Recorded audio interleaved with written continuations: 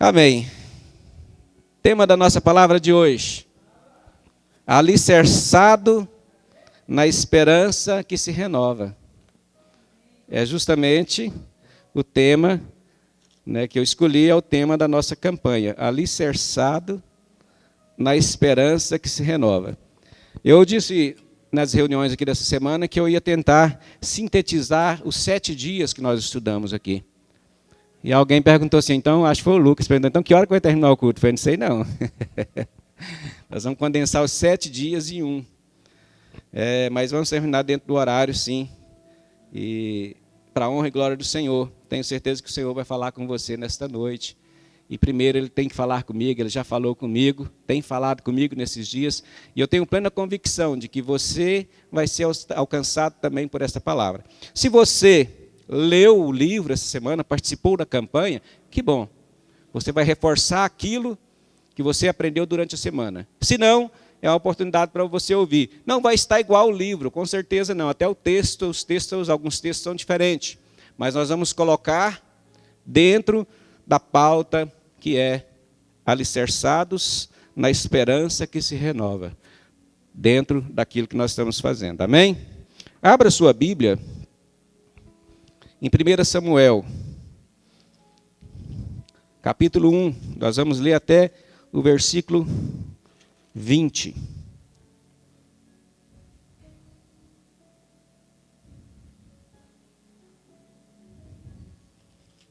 Do 1 ao 20. É uma história bem conhecida dos irmãos, da igreja no geral. Você que está em casa, que Deus possa te abençoar também, te alcançar. Que essa palavra possa também alcançar o seu coração em nome de Jesus. Versículo 1. Houve um homem em Ramataim, Zofim, da região montanhosa de Efraim, cujo nome era Elcana, filho de Jeroão, filho de Eliú, filho de Tou, filho de Zuf, eframita. Tinha ele 2 mulheres, uma se chamava Ana e a outra Penina. Penina tinha filhos, Ana, porém, não tinha. Este homem subia da cidade de ano em ano a adorar e a sacrificar ao Senhor dos Exércitos em Siló. Estava ali os 2 filhos de Eli, Ofone e Finéias, como sacerdote do Senhor. No dia em que Elcana oferecia o sacrifício, dava ele porção destes a Penina, sua mulher, e a todos os seus filhos e filhas. A Ana, porém, dava porção dupla, porque a amava, ainda mesmo que o Senhor a houvesse deixado estéril. A sua rival a provocava excessivamente para irritar, porquanto o Senhor lhe havia cerrado a madre. E assim o fazia ele de ano em ano. Todas as vezes que Ana subia à casa do Senhor, a outra a irritava, pelo que chorava e não comia. Então Elcana, seu marido, lhe disse, Ana, por que choras? E por que não comes? E por que está de coração triste? Não te sou eu melhor do que 10 filhos? Após terem comido, versículo 9, após terem comido e bebido em Siló, estando Eli, sacerdote, assentado numa cadeira junto a um pilar do templo do Senhor, levantou-se Ana e, com amargura de alma, orou ao Senhor e chorou abundantemente. E fez um voto dizendo, Senhor dos exércitos, se benignamente atentares para a aflição da tua serva, e de mim te lembrares e da tua serva não te esqueceres, e se lhe deres um filho varão, ao Senhor o darei por todos os dias da sua vida, e sobre a sua cabeça não passará navalha. Demorando-se ela no orar perante o Senhor, passou ali a observar-lhe os movimentos dos lábios, porquanto Ana só de coração falava. Seus lábios se moviam, porém não lhe ouvia voz nenhuma. Por isso, Eli a teve por embriagada. Ele disse, até quando estarás tu embriagada? A parte de ti o vinho. Porém, Ana respondeu, não, Senhor meu, eu sou mulher atribulada de espírito, não bebi nem vinho, nem bebida forte, porém venho derramando a minha alma perante o Senhor. Não tenhas, pois, a tua serva por filha de Belial, porque pelo excesso da minha ansiedade e da minha aflição é que tenho falado até agora. Então lhe respondeu Eli: vai-te em paz, o Deus de Israel te concederá a petição que lhe fizestes. E disse ela: ache a tua serva mercê diante de ti. Assim a mulher se foi no seu caminho e comeu, e o seu semblante já não era triste. Levantaram-se de madrugada, versículo 19, e adoraram perante o Senhor. E voltaram e chegaram à sua casa a Ramá. Alcana coabitou com Ana, sua mulher, e lembrando-se dela ao Senhor, ela concebeu, e passado o devido tempo teve um filho que se chamou Samuel, pois dizia: do Senhor o pedi. Amém? Pai, nós te rendemos graça nesta noite, porque o Senhor é bom e as tuas misericórdias duram para sempre em nossas vidas. Que diremos nós, se o Senhor é por nós, quem será contra nós? Que podemos, Deus, dizer de tão grandes bênçãos que o Senhor tem derramado sobre o teu povo? Quão bom o Senhor é para conosco. E nesse sentido, ó Deus, nós queremos pedir ao Senhor mais uma vez que o Senhor possa usar de misericórdia para conosco nesta noite. Que o Senhor possa nos alcançar, a tua palavra possa alcançar o meu coração, alcançar o coração, ó Deus, dos meus irmãos que estão aqui, aqueles, ó Deus, que vão ouvir, ó Deus, através da internet. Pai, nós pedimos ao Senhor, Espírito Santo de Deus, mova no nosso meio, que haja poder do Senhor no nosso meio, que o Shekinah, a manifestação visível do Senhor, seja manifestada no nosso meio, em nome de Jesus. A Bíblia relata a história de Ana, e por ela ser estéril, por ela não poder ter filho, ela sofria preconceito, ela sofria perseguição, ela sofria desprezo da sociedade, ela não tinha, muitas vezes, a amizade das outras pessoas. Mas Ana colocou a sua esperança, a sua fé no Senhor, pedindo que Ele lhe concedesse um filho, pedindo que Ele pudesse atender ao seu pedido. Porque naquela época, uma mulher que não tinha filho era considerada como uma pessoa amaldiçoada, como uma pessoa que tinha sido amaldiçoada por Deus, que não era abençoada. Então, Ana chorou diante do Senhor.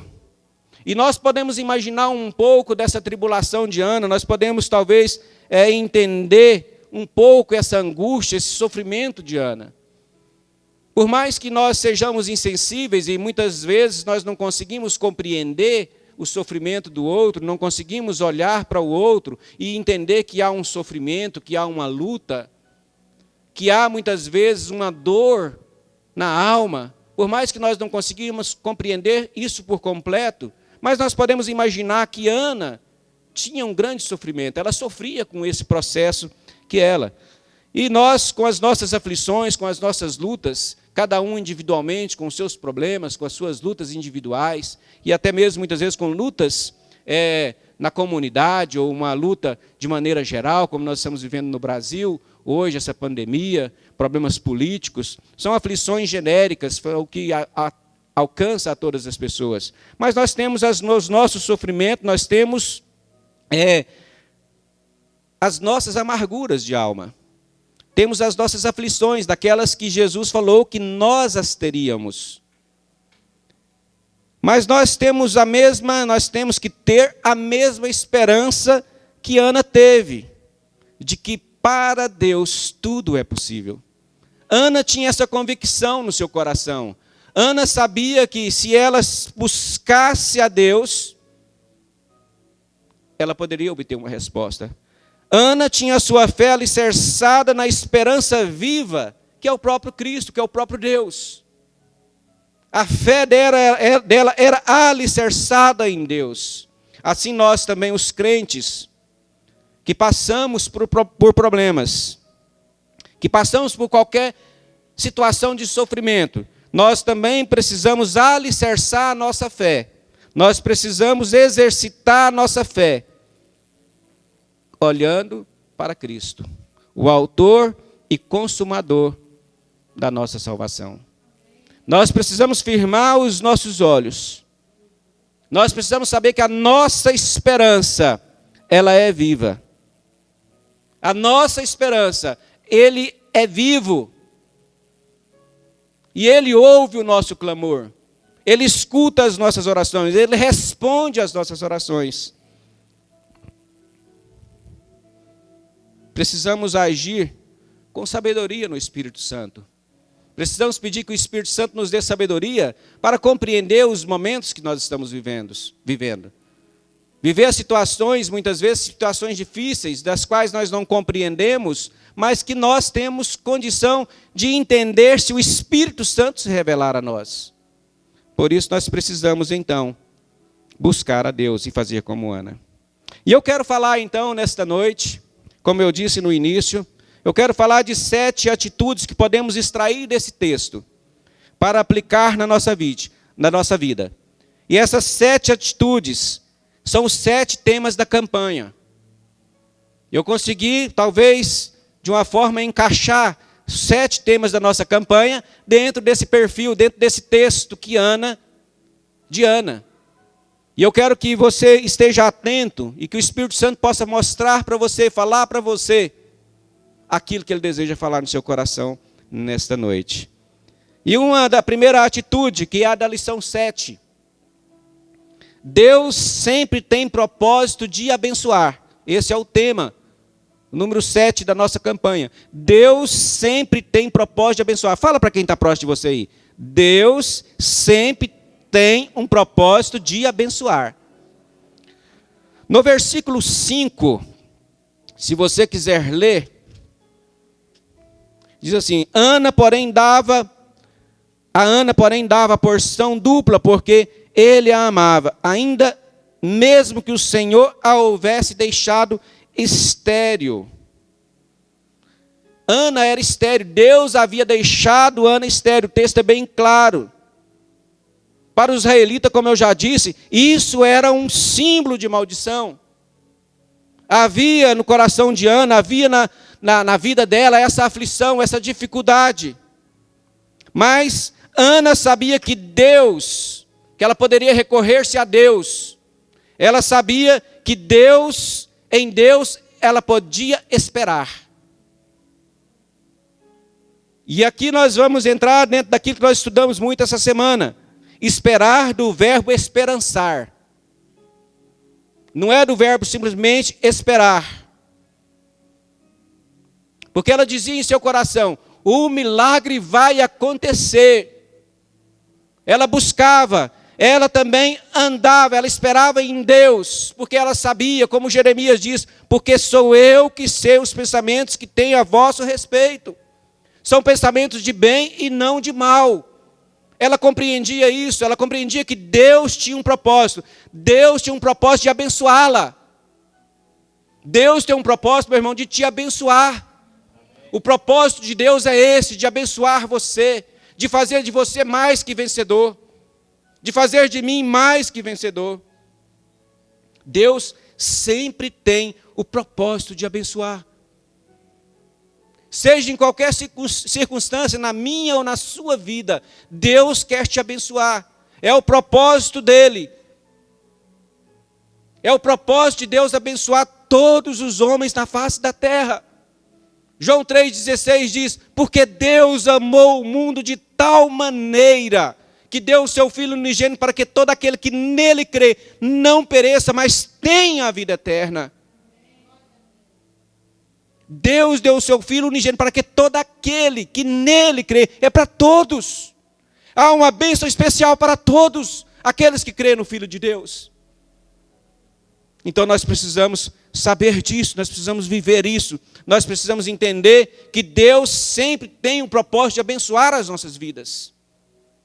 Por mais difícil que seja a situação, por mais que você não esteja entendendo, por mais que você olhe para uma situação, você não compreende, você não sabe por que está acontecendo. Mas Deus tem um propósito para te abençoar. Ele vai usar o que for necessário para te abençoar. Eu lembro de uma história de um náufrago. O navio despedaçou e ele parou numa ilha. E lá ele ficou por muito tempo. Ele saía, ele pegou o restolho daquele navio, que havia dentro do navio, preparou uma cabana para ele, arrumou, colocou tudo ali dentro, e todos os dias ele se ajoelhava no chão e pedia por socorro, pedia que Deus pudesse salvá-lo daquela situação. Mas nada acontecia.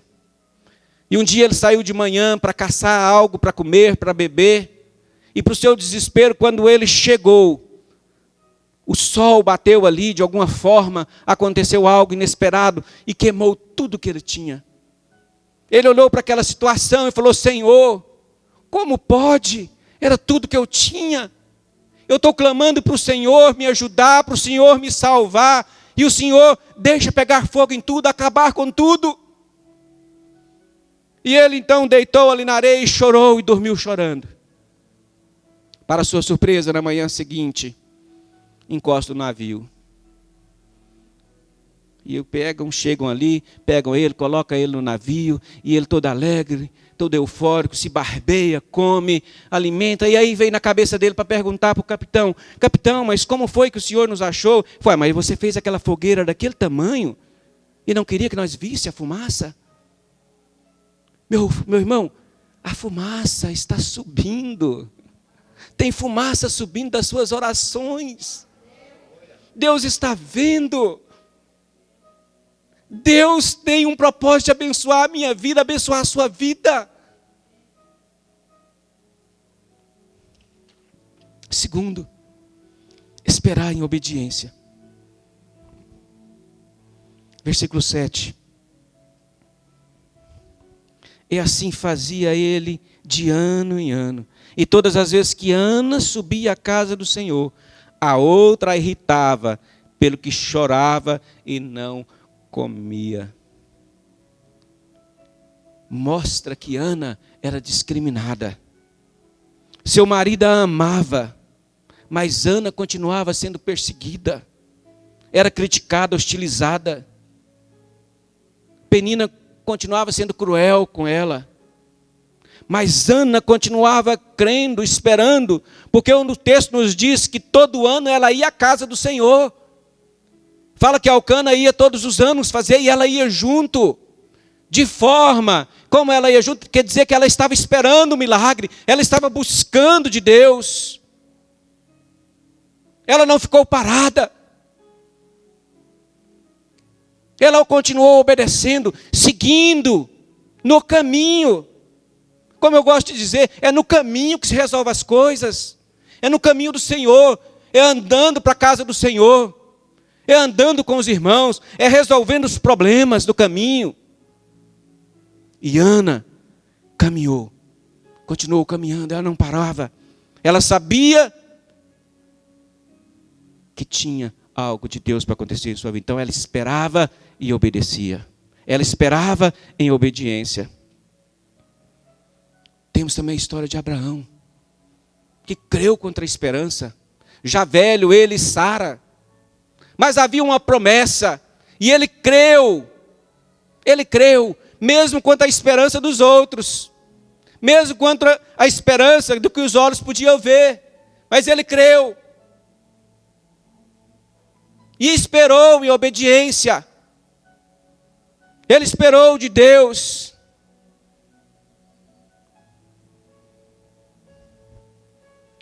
Ana permaneceu firme na sua esperança.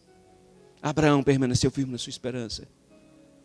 As tribulações que nós enfrentamos podem gerar dúvidas, temores. Mas histórias como de Ana e Abraão servem para nos mostrar que Deus não se esquece dos seus servos. Deus não esquece das promessas que Ele faz. E Deus tem promessa para você. Se você esperar em obediência no Senhor, aquilo que Ele prometeu para você, aquilo que está prometido na palavra, Ele vai cumprir. Deus vai cumprir na sua vida. O testemunho deles nos serve para nos estimular, para obedecermos a palavra de Deus, para olharmos para Cristo, para trilhar no caminho da esperança. Por mais tribulações que nós temos, nós precisamos obedecer ao Senhor, nós precisamos estar com os nossos olhos esperando no Senhor, mas em obediência. E com certeza o milagre vai acontecer. Terceiro, lição 9. Diga aí, fala para o seu irmão, precisamos ter uma firme esperança.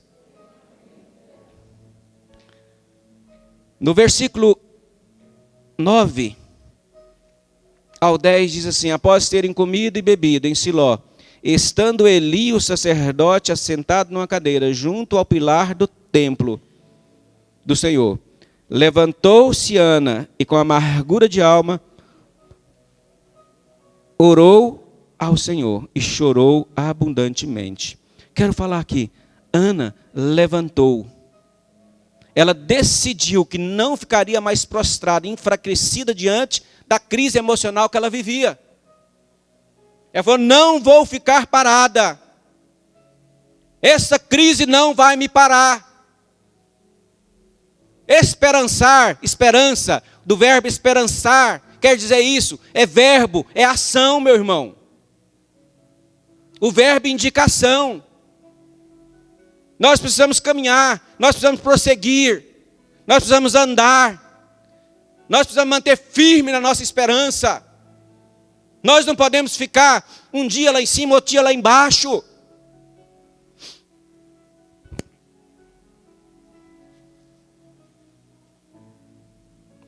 Nós precisamos ter uma firme esperança.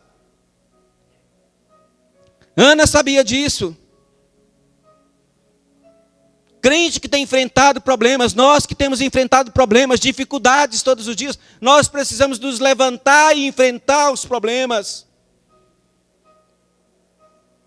Nós não podemos simplesmente ficar pedindo a Deus, orando, mas não fazer nada de braços cruzados. A primeira coisa que você tem que fazer, que eu tenho que fazer, é orar, é buscar de Deus socorro. Foi o que Ana fez.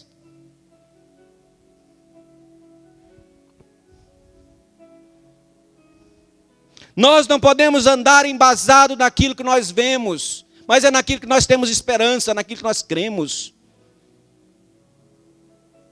Tem muita coisa na minha vida, pastor Daniel, que eu não vejo, mas eu tenho esperança. Eu visualizo. Nós precisamos aprender a visualizar o que nós queremos. Eu fico pensando se um agricultor, plantador de soja, né, Valmir? Ele prepara a terra, ara, aduba, depois ele joga a semente. Se ele vai ficar pensando numa plantação seca, ou você vai ficar pensando, não vai nascer nada, não vai nascer nada. Não, ele visualiza como que vai ser aquela lavoura, quantas sacas que vai dar, quanto dinheiro ele vai fazer, ele visualiza, ele faz conta. É assim que a nossa esperança tem que andar, a nossa firme esperança. Saber que no espiritual, no mundo espiritual, é verdade, já aconteceu. É hoje, não é amanhã, é hoje, já aconteceu, já foi gerado, já foi plantado. Essa tem que ser a nossa firme esperança. Não importa a circunstância. Não é pelo que vemos, mas é pela fé. Com os nossos olhos fitos no autor e consumador da nossa salvação. Nós falamos muito essa semana aqui, semana passada também. Nós estamos com os nossos olhos muito aqui nessa terra. Preocupado com o nosso trabalho, preocupado com dinheiro, preocupado com casa, preocupado com filhos, preocupado com faculdade de filhos. Mas esquecemos que nós não somos moradores mais daqui, nós somos moradores do céu. Existe um céu, os nossos olhos têm que estar lá. Nós vamos caminhar aqui, fazer o que tem que fazer. Mas nós não podemos viver angustiados por causa dessa terra. Nós precisamos nos alegrar no Senhor. Olhar para o céu. Saber que existe uma esperança, um amanhã para nós. Se Jesus voltar hoje, nós vamos viver lá com Ele. Se nós morrermos hoje, nós vamos viver lá com Ele também. Essa tem que ser a esperança do crente, tem que ser a firme esperança do crente. Jesus diz: deixo-vos a paz, a minha paz vos dou. Não a dou como o mundo a dá. Não se turbe o vosso coração, nem se atemorize. Isso é estar firme na esperança. Vivemos atemorizados por tudo. Vivemos atemorizados por causa do nosso trabalho. Vivemos atemorizados por causa do dinheiro. Atemorizados por causa dos nossos filhos. Atemorizados por causa da esposa, do esposo. Atemorizados por causa do emprego. Não. Não se atemorize. Foi o seu Deus, o seu Senhor, o seu Salvador que disse isso. Não se atemorize. Terceira. Diga para quem está do seu... Quarta, a 10ª lição. Uma sábia esperança. Diga para quem está do seu lado. Uma sábia esperança, Daniel.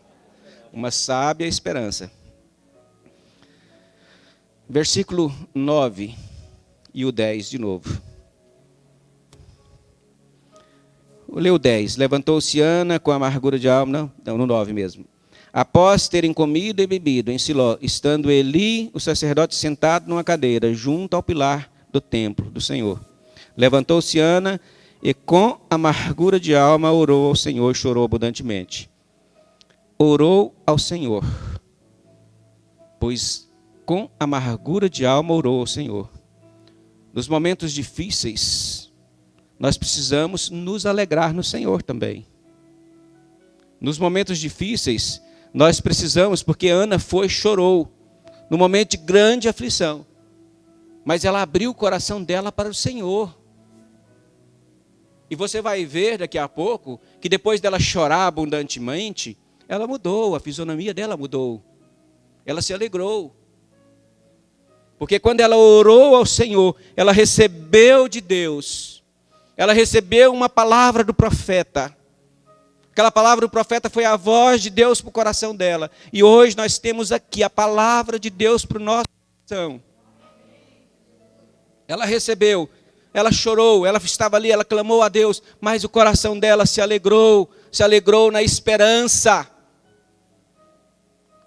Porque ela continuou firme nessa esperança. Romanos 12, 2 diz, alegrem-se na esperança, seja perseverante na tribulação, persevere na oração. Paulo nessa referência diz que, diante de qualquer situação, devemos nos alegrar nela, nos alegrar no Senhor, exercer a nossa fé com alegria e não com lamúria ou murmuração. Paulo é o exemplo para nós.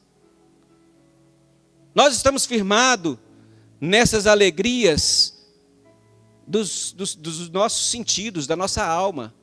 Alegria diária, alegria do dia a dia, de você sorrir. Não é nessa alegria que ele está falando, é a certeza, é essa alegria na esperança.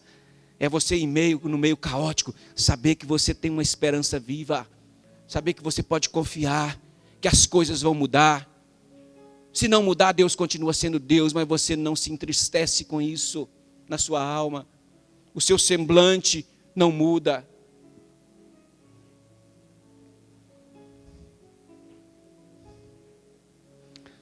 Na caminhada, muitas vezes, a nossa esperança é abalada. Mas a nossa postura deve ser de alegrar. Mudar a nossa visão, mudar a nossa postura. Na caminhada, muitas vezes, sofremos abalos. Sabe, uma coisa que eu acho interessante no livro de Neemias, quando chegou alguém para dizer, como para ele perguntou como estava Jerusalém, e alguém falou para ele que estava tudo devastado, tudo caído. A Bíblia fala que ele entristeceu, ele jejuou, ele chorou. Mas depois ele se levantou, ele foi falar com o rei. Há momentos na nossa vida que nós temos que ter posição. Nós somos gente. Tem momento que nós temos posição de gente, isso é normal.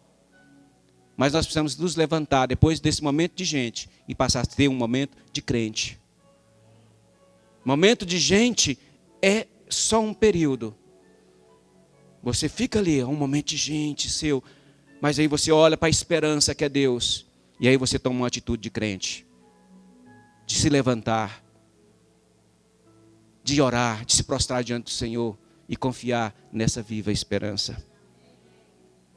na esperança, precisamos confiar, nos alegrar nela. Sexto. Quinto? Quinto. Não, quinto eu já falei. Então eu pulei o quarto, eu falei o quinto. Vou voltar no quarto aqui, queridos. Quarto, uma sábia esperança, né? Não falei dela ainda. Ela alimentou-se, comeram e beberam. Diante das provações, o crente deve também seguir o exemplo de Ana, alimentar-se da comida espiritual. Uma sábia esperança, ela se alimentou de Deus. Ela se alimentou da palavra de Deus. Nós precisamos também ter esse momento. O salmista diz, o choro pode durar uma noite inteira, mas a alegria vem pela manhã. O segredo está em saber esperar. Não apenas aguardar passivamente, mas agir no tempo da espera. E o agir do crente, o agir daquele que confia em Deus, é orar, é buscar, é fazer alguma coisa, é caminhar. É ter sabedoria, ser sábio. Sábio para quem você vai falar as coisas, sabe para quem você vai pregar, sabedoria no momento que você vai falar com seu esposo, sabedoria quando vai falar com a esposa, com os filhos. Nós precisamos ter sabedoria, uma sábia esperança. Porque muitas vezes nós agimos de qualquer maneira, nós não nos alimentamos do Senhor, nós não pagamos o preço de oração. Muita gente quer ver a vida mudada, mas não quer pagar o preço da oração. Eu não estou falando aqui de preço da salvação, é diferente. Salvação ela já está paga. Ninguém vai fazer nada para pagar a salvação. Estou falando do preço que você tem que pagar para que o milagre aconteça na sua vida, meu irmão. Qual o preço que você tem pago? Qual a sabedoria que você tem tido de Deus para poder buscar o milagre que você quer? Você tem esperança de que o milagre aconteça na sua casa, com seu esposo, com sua esposa, com seus filhos, com os meus filhos? Então nós precisamos ter sabedoria. Eu ficar lá em casa assistindo o Jornal Nacional, não vai mudar nada, isso não é sabedoria.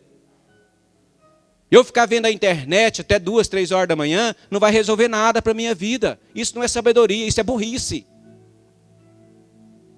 Precisamos ter uma fé sábia. Ter uma fé sábia e ser sábio na esperança que nós temos. Esse era o quarto. O quinto é alegre-se na esperança. Que eu acabei de falar. Alegrar-se na esperança. Seja perseverante na tribulação. Persevere na oração, que é o que o apóstolo Paulo falou. Agora eu vou para o sexto mesmo. Sexto. Esperança é uma certeza. Fala aí para quem está do seu lado. Esperança é uma certeza. Eu não vejo, assim, eu até falei essa semana aqui, que é difícil você separar esperança de fé. Os dois estão na mesma. Inclusive no livro fala, e lá em 1 Coríntios 13, eu até li aqui, também fala sobre isso. Fala que a fé, a esperança e o amor. Porém, o maior desse é o amor. Então estão juntos. A fé e a esperança, elas andam juntos, queridos. Não tem como ser separada. Então a esperança é uma certeza que nós temos. No versículo 9, 10, diz assim, chorou abundantemente. Chorou abundante. Quando em meio às dificuldades da vida choramos abundantemente, com o nosso coração quebrantado diante do Senhor, recebemos a vitória. Quando nós estamos aos pés do Senhor, que nós choramos, não aquele choro falso, mas aquele choro genuíno, aquele choro de Ezequias. Ezequias, a Bíblia diz que o profeta chegou e falou para ele, olha, arruma tuas coisas, ajeita tua casa, porque certamente morrerás e não viverás. E a Bíblia diz que o profeta saiu e quando ele estava lá no pátio, o Senhor, o rei Ezequias começou a orar, falou, Senhor, ser servido de te lembrar que andei diante de ti com integridade de vida e fiz o que era reto aos teus olhos.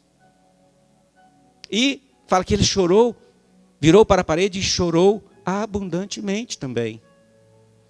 Quando o profeta estava lá no meio do pátio, Deus falou: volta lá. E diz para Ezequias: ouvi a tua oração e vi as tuas lágrimas. Por isso eu voltei. Deus voltou atrás. Quando nós oramos e choramos de verdade, nos humilhando diante do Senhor, choro de humilhação, de reconhecimento, que a nossa única esperança certa é Ele, os milagres acontecem. Quando nós nos prostramos diante disso, as coisas acontecem. E Jeremias diz assim, Jeremias 17:7, bendito o homem que confia no Senhor, e cuja esperança é o Senhor. Bendito é o homem que confia no Senhor, e cuja esperança é o Senhor. A sua esperança, meu irmão, a minha esperança, tem que ser o Senhor. Nós não podemos confiar em mais nada, é somente nele. Ele é a nossa esperança. Precisamos entender isso, que a fé e a esperança andam junto. E a nossa fé com a esperança, na esperança viva que é Cristo, pode trazer a cura, pode trazer a libertação que você precisa, sua ou de alguém, pode trazer conversão, pode trazer milagres que você deseja. Como há essa certeza, os milagres acontecem. Quando há essa esperança certa, que você sabe em quem você confia, sabe que Ele não vai lencar, sabe que Ele não lenca, sabe que Ele não vai te abandonar. As coisas acontecem. Essa é uma esperança, é uma certeza. Esperança é uma certeza. Esperança é uma certeza. Confia no Senhor, agrada-te do Senhor, confia nele, entrega o seu caminho para Ele, porque Ele é uma certeza. Nele você pode colocar suas esperanças. Ana teve essa certeza. Olha só o que diz no verso 18.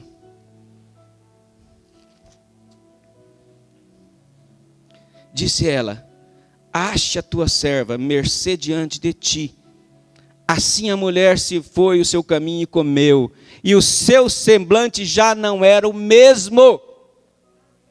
Ela tinha convicção, ela tinha certeza, a esperança dela se tornou numa certeza. O semblante dela mudou, ela recebeu uma palavra do profeta, ela recebeu a palavra de Deus, e ela teve a certeza que a esperança que ela tinha de ter um filho ia se concretizar.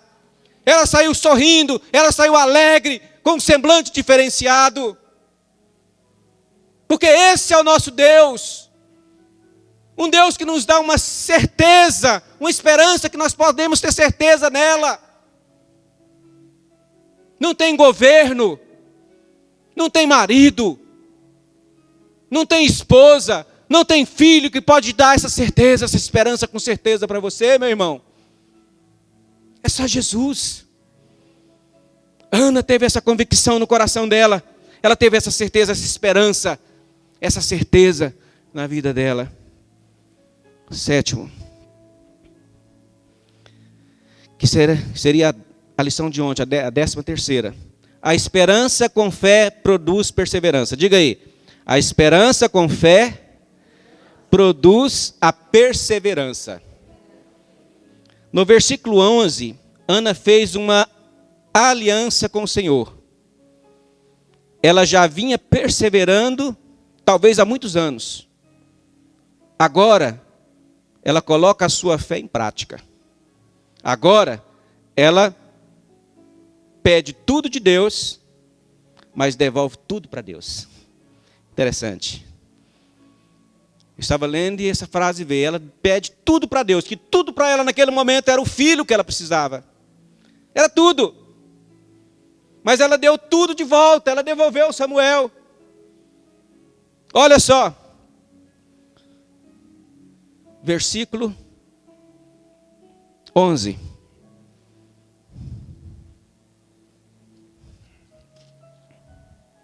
E fez um voto dizendo: Senhor dos exércitos, se benignamente atentares para a aflição da tua serva. Qual que era a aflição dela?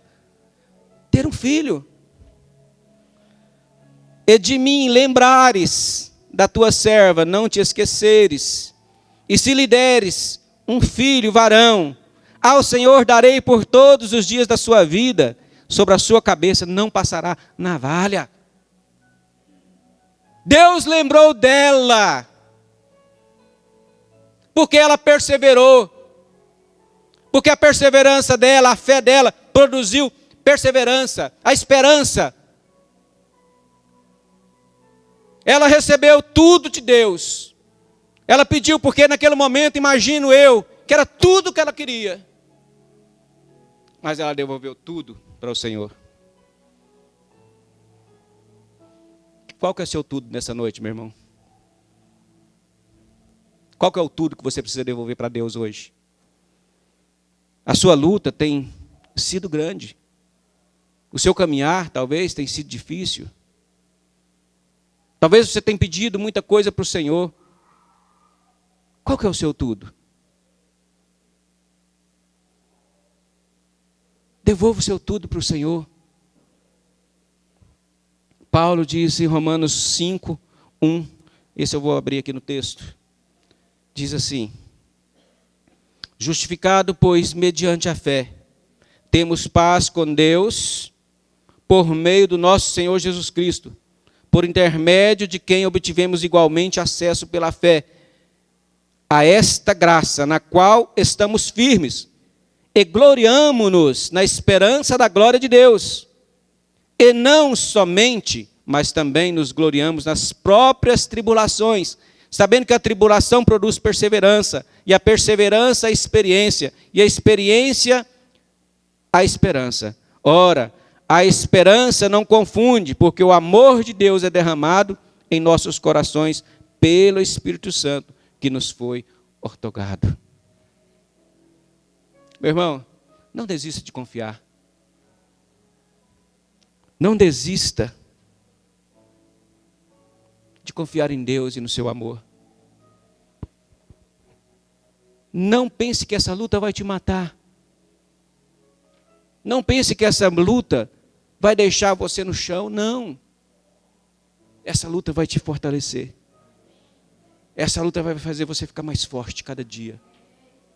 Essa luta vai fazer você ter esperança, convicção, vai fazer você produzir fé no seu coração.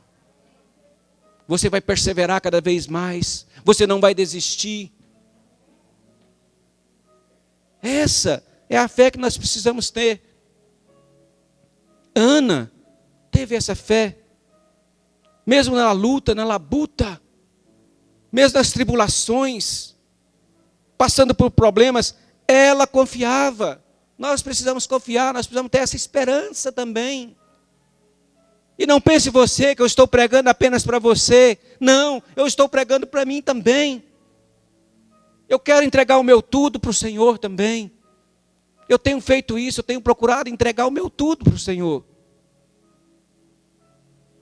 Já que eu quero tudo dele, é nele que eu confio, eu tenho buscado tudo nele, né, Daniel? Então eu preciso entregar nas mãos dele e confiar que é ele que vai fazer o milagre. Não é o meu braço, não é a minha força. Não é o seu braço, meu irmão, não é a sua força. Não é a sua palavra. O que faz milagre é a palavra de Deus. O que muda é a palavra de Deus. O que faz transformação é a palavra de Deus.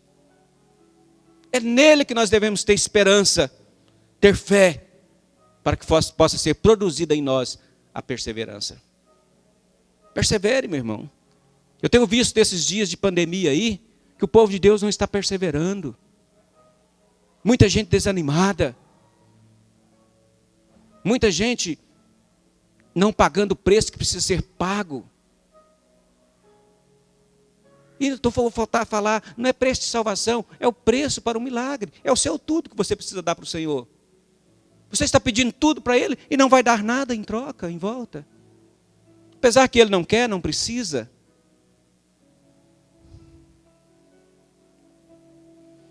Continue firme. Corramos a carreira que nos foi proposta, olhando firmemente para o autor e consumador da nossa fé, Jesus Cristo. precisamos continuar a nossa caminhada. Lição de hoje, e o sétimo e último para a gente encerrar. Bendita esperança, diga aí, bendita esperança. Ana sabia em quem confiava. Ela sabia que Deus não se esquece dos seus. E o Senhor não esqueceu. Deus lembrou da oração de Ana.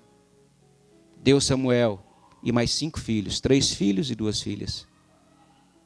Capítulo 2, versículo 12, se não me engano.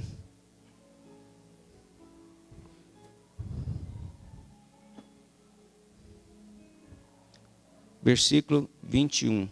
Abençoou, pois, o Senhor a Ana, e ela concebeu e teve 3 filhos e 2 filhas, e o jovem Samuel crescia diante do Senhor. Olha o que Deus faz. Por isso que o Paulo fala, né, que Deus nos dá muito mais do que nós pedimos, esperamos ou pensamos. Ela pediu um filho. Deus deu meia dúzia. É assim com Deus. Né? Foi 600%, né? 600% o milagre de Ana. Ana sabia disso. Deus lembra da sua oração, meu irmão. Sabe, se tem uma coisa que não cai, se tem uma coisa que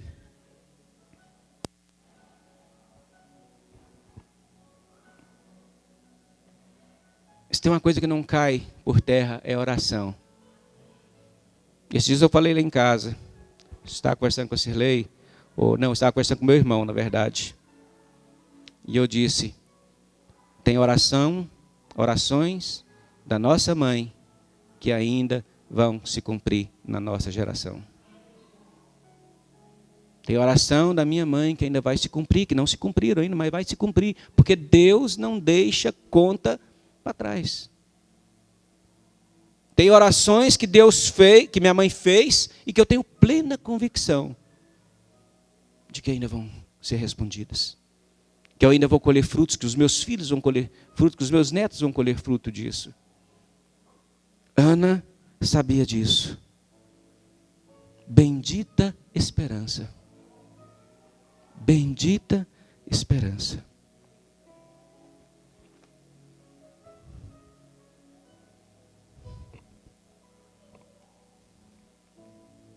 Portanto, a graça de Deus se manifestou salvadora a todos os homens, educando-nos para que, renegados a impiedade e as paixões mundanas, vivemos no presente século sensata, justo e piedosamente, aguardando a bendita esperança e a manifestação da glória de Deus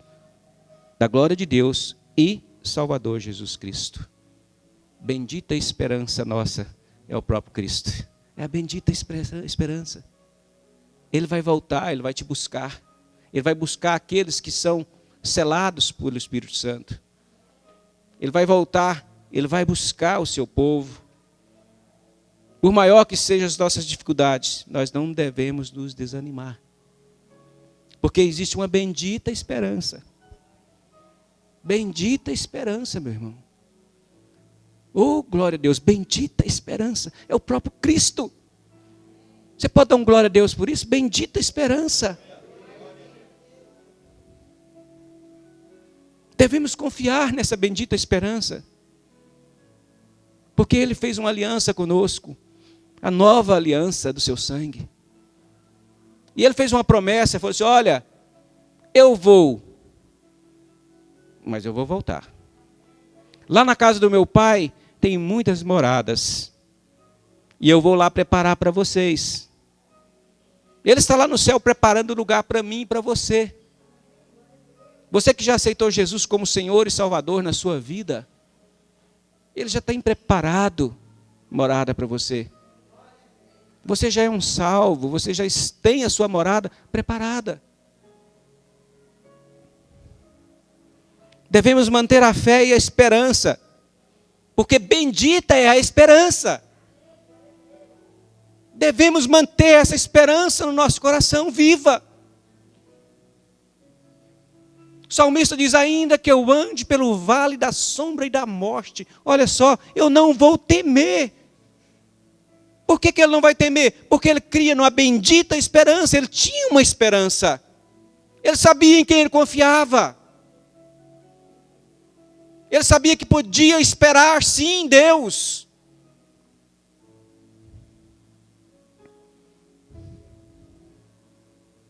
Devemos nos lembrar todos os dias dessa bendita esperança e andar com Ele, caminhar com Ele, buscar Ele na nossa vida,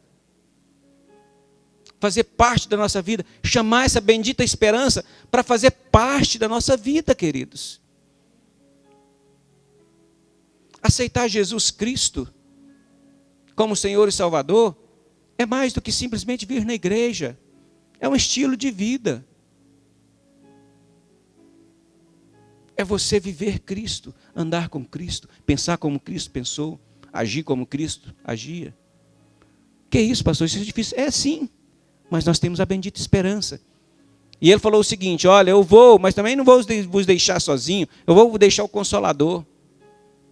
Dentro de você hoje habita o Espírito Santo, que te capacita a buscar uma vida de santidade, te capacita a lutar contra o pecado, te capacita a resistir à carne, te capacita a resistir os manjares do mundo.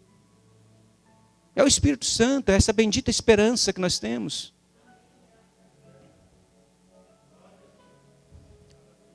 E eu, encerrando, pastor Maurício gosta de dizer muito que Jesus está no barco. E se Jesus está no barco, o barco não afunda. É uma verdade. E eu quero dizer para você que se você confia nisso, você crê também que Jesus é que está no leme do barco da sua vida. É Ele que está ali tocando o barco. Está desviando. A gente que anda de barco, né, pastor Daniel? Sabe, você precisa pilotar bem para não bater em pau, não bater em pedras, desviar de alguns galhos. O piloto precisa ser habilidoso ali atrás. Jesus é o piloto que está no leme da sua vida. É Ele que tem guardado bendita esperança. É Ele e é nele que nós precisamos alicerçar a nossa esperança.